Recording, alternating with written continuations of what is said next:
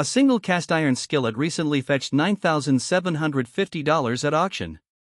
The company that forged it, Griswold Manufacturing of Erie, Pennsylvania, closed its doors in 1957. No factory remains. No workers. No executives left to explain the iron's weight or the finish on its cooking surface.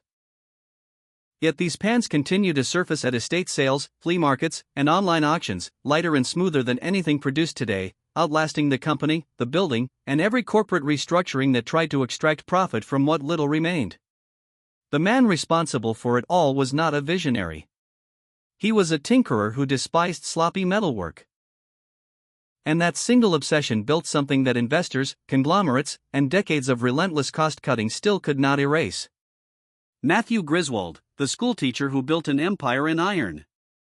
Matthew Griswold stepped off the train in Erie, Pennsylvania, carrying more notebooks than business plans. A schoolteacher from Connecticut, he was known for precise handwriting and an uncompromising disdain for anything built to a careless standard. Erie in 1866 was a canal town. Its streets thick with iron dust and coal smoke, its future far from certain. Yet Griswold saw opportunity there, not in sweeping ambitions, but in the small details most men walked right past. He rented a cramped workshop on the north bank of the Erie Extension Canal, a place locals called the Butt Factory, named for the butt hinges they produced, each one filed and inspected by hand. City directories from that year list him simply as M. Griswold, teacher, but by summer, advertisements in the Erie Gazette announced Griswold and Selden, fine iron hinges. The partnership with his brother-in-law, Isaac Selden, was not a bold leap into industry, it was a measured, deliberate first step. They poured their first molds with borrowed capital and raw iron hauled in by canal boat, working late into the night to keep the sand dry and the castings true. The foundry was little more than a wooden shed, its furnace patched with scrap tin and salvaged bricks. But inside, Griswold imposed a discipline that immediately set his operation apart. He despised shortcuts. Every hinge was weighed, measured, and tested against a wooden jig. If the metalwork felt rough or a fitting wobbled, it went back into the pot. By 1867, the first signs of larger ambition appeared.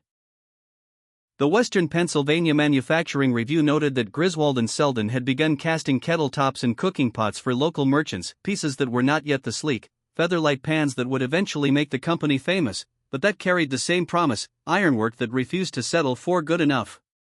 The canal was both lifeline and teacher. It brought in raw ore and shipped out finished goods, but it also forced Griswold to think carefully about weight, durability, and shipping costs. Every ounce shaved from a skillet meant more profit, but only if the pan still cooked evenly and lasted through generations. This tension between efficiency and endurance, between commercial demands and craftsman's standards, would define Griswold manufacturing from its very first hinge to its very last skillet. Fire, rebuilding, and the birth of a standard. Isaac Selden's name vanished from the company ledgers in November 1884. His $7,500 stake was quietly transferred to Matthew Griswold. The partnership that had shaped the Butt Factory's early years ended without drama, a handshake, a check, and a single line of agate type in the Erie Daily.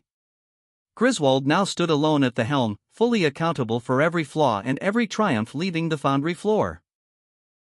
The ink on those buyout papers had barely dried when disaster struck. On the night of October 31, 1885, fire tore through the wooden annex beside the canal. Flames raced across the rafters and into the pattern room, consuming molds, ledgers, and a decade's worth of tools.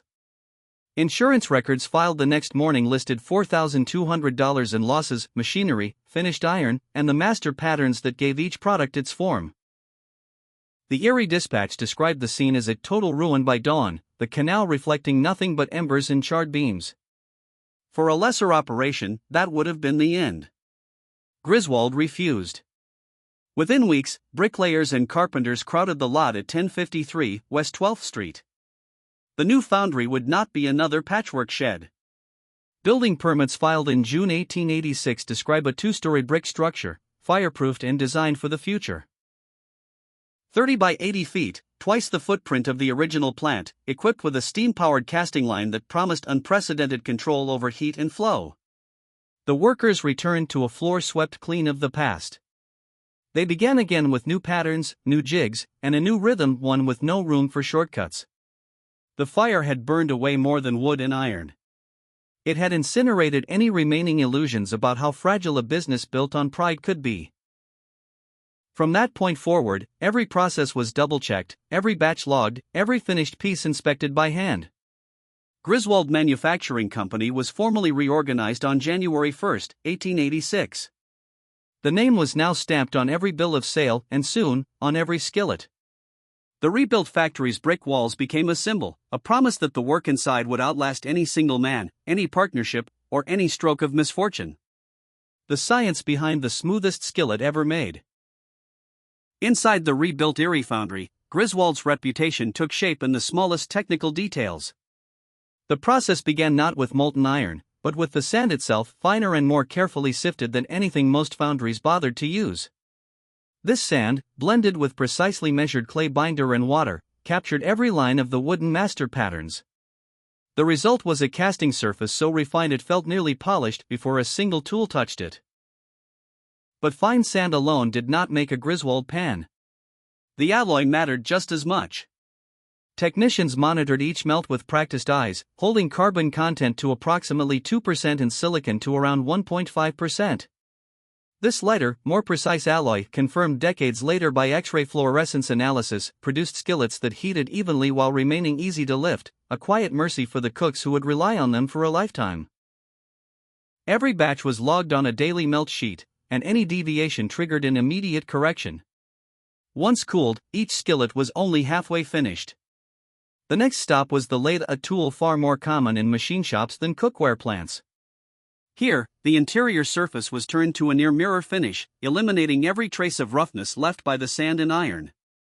This step, patented by the company in the late 19th century, gave Griswold pans their unmistakable cooking surface. The kind collectors still test with a single fingertip.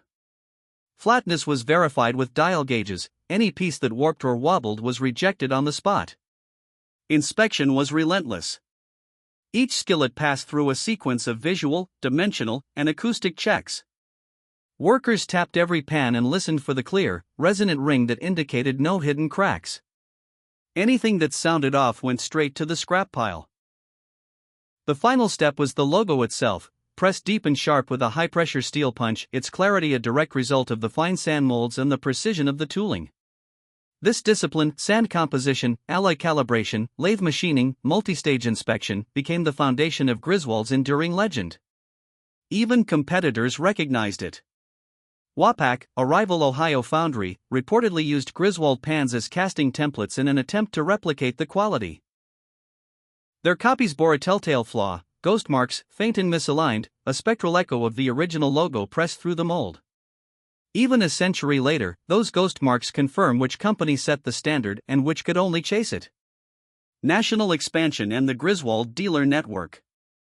The move to a new facility at 12th and Raspberry in 1903 was more than a change of address. Municipal permits from that spring described a plant spanning 63,550 square feet. An industrial landmark built to house not just more workers and machines, but a grander ambition. The Erie Engineering Journal called it the largest iron foundry in the city. Inside, the discipline forged in the original canal shed scaled up without softening. By the time Marvin Griswold assumed leadership in 1914, the factory's output reached every corner of the country. Marvin was no flashy industrialist. He was an organizer, a man who could spot a misaligned casting or a missed shipment from a mile away. Under his direction, Griswold stitched together a dealer network of more than 2,500 retailers, with names filling advertising rosters and trade publications from Maine to California.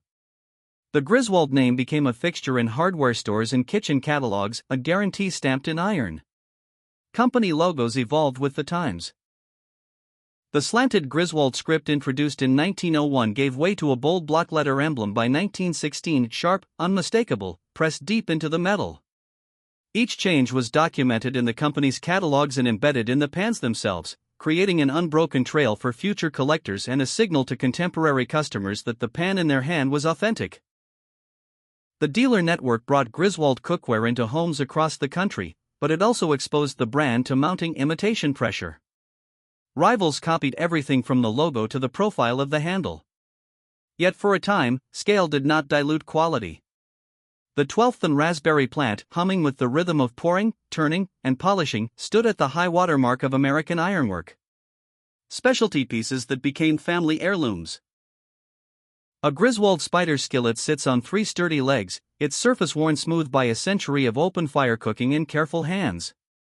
Few kitchen tools inspire the same loyalty or the same stories. The spider pan was not merely a product, it was a ritual object. Each leg was cast around a custom-drilled core, then filed by hand until the curve was true. These pans appeared in cabins from the Adirondacks to the Mississippi Delta, and today collectors pay thousands for one with the faint Griswold cross still crisp on the underside. Specialty pieces defined the company's range. The waffle iron, cast in a 2-part mold with iron press thin for rapid, even heating, became a kitchen heirloom passed down through families. Dutch ovens, cornstick pans, and even lamb cake molds all bore the same glass-smooth interior finish. The unmistakable mark of the Erie Foundry's relentless standards. Each piece was checked, measured, and if found wanting, returned to the pot. And at the heart of the customer relationship was a woman named Ada Moses, known for half a century as Aunt Ellen, who answered letters from home cooks across America. Her replies, written in a steady, unhurried hand, offered advice on seasoning cast iron, recipes for Sunday supper, and gentle reminders never to scour a pan with steel wool. Many of those letters survived, tucked into family recipe boxes or pressed between the pages of old cookbooks. Aunt Ellen's voice, patient, personal, and knowledgeable, turned customers into a community. In an era already accelerating toward mass production, Griswold's pans and the people behind them became anchors of trust. The corporate takeover and the decline of quality. Eli Griswold watched the numbers carefully, feeling the weight of a company slipping from his family's grasp. In 1946, after years of losses and mounting external pressure, he signed away the majority stake in Griswold Manufacturing to a group of New York investors. The transaction barely registered in the press, but on the factory floor, the consequences cut deep. Labor unrest that had simmered during the war years now erupted into open conflict. Strikes grew more frequent. Pay disputes intensified. The sense of shared purpose that had once defined the plant dissolved into line items on a distant ledger. Meanwhile, the cookware market was shifting rapidly. Aluminum pans, lighter, cheaper, and aggressively marketed, began crowding hardware store shelves. Retailers who had long praised the ring of a Griswold skillet now fielded questions about why it cost so much more than shiny new rivals from Chicago or Detroit. Investor agreements from the late 1940s revealed quotas rising and finishing time shrinking. Company records began noting quality drift, more returns for warping, roughness, missed defects. For the first time in the foundry's history, batches left the plant without a single Griswold-trained hand checking their ring or testing their balance. Eli Griswold, raised on his father's exacting standards, could only watch as the company's soul was dismantled piece by piece. The end. McGraw-Edison and the silence of the foundry. In 1957, the fate of Griswold Manufacturing was decided in a boardroom with no connection to Erie or its traditions. McGraw-Edison, a sprawling conglomerate, quietly acquired the company's assets. The announcement arrived not as a dramatic announcement, but as a terse press release and a legal notice filed in Ohio, a single line in the Erie Daily Times on December 5. The Griswold factory would close by month's end. After 92 years of casting iron in Erie, the machines went silent. The shutdown was swift and final. Tooling was packed onto trucks bound for Sydney, Ohio, where Wagner, another cast iron name, would fold Griswold's patterns into its own production line. Workers who had spent decades at the 12th and Raspberry plant, men and women who could read the quality of a pour from the color of the melt, were handed severance slips and told to collect their tools. The Erie, Pennsylvania stamp, once pressed deep into every skillet and Dutch oven, was retired that winter. What remained was not just a shuttered building, it was a wound in the city's memory. The foundry stood empty, its walls stained with the residue of 1,000 workdays, its windows dark. For generations, Erie had sent its name into kitchens across America, stamped in iron and backed by the pride of craftsmen who measured worth in the smoothness of a skillet's cooking surface. Now the company was gone, dismantled by distant executives, erased from its own home. Only the pans remained. Outliving the factory and the men who made them, they carry a silent testimony to a kind of work and a kind of place that no acquisition could replicate. What Griswold still teaches us about craftsmanship and value. Today, mass production fills every shelf. Cookware is cheap, ubiquitous, and disposable. Yet almost nothing feels like a Griswold skillet in your hand. The story of Griswold manufacturing is not a simple nostalgia trip. It is a case study in what happens when obsessive quality meets institutional patience and what is inevitably lost when short-term profit takes over. The pans that sell for nearly $10,000 at auction are not valuable because they are old. They are valuable because they were made by people who refused to let anything substandard leave the foundry floor. Craftsmanship, it turns out, appreciates in value precisely because it becomes rare. What survives is not just cookware, it is proof that genuine care leaves a permanent mark. Profit alone never can.